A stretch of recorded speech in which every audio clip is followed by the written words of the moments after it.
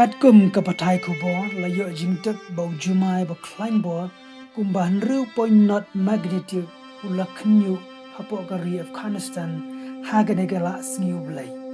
Bar haganega jingjia ga bishurkai ladon kumba praspa ngut kibalaya bat arajar praspa ngut kibla mynsaw.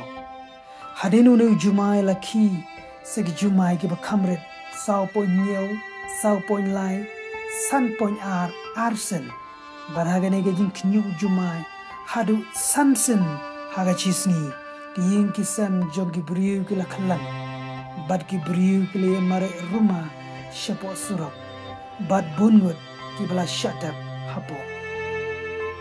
6.0 was relatively shallow, striking in the middle of the night while people were sleeping. Rescue efforts are underway, but this is an extremely poor, mountainous, rural area and resources are limited. The epicenter was in the east of Afghanistan near the border with Pakistan.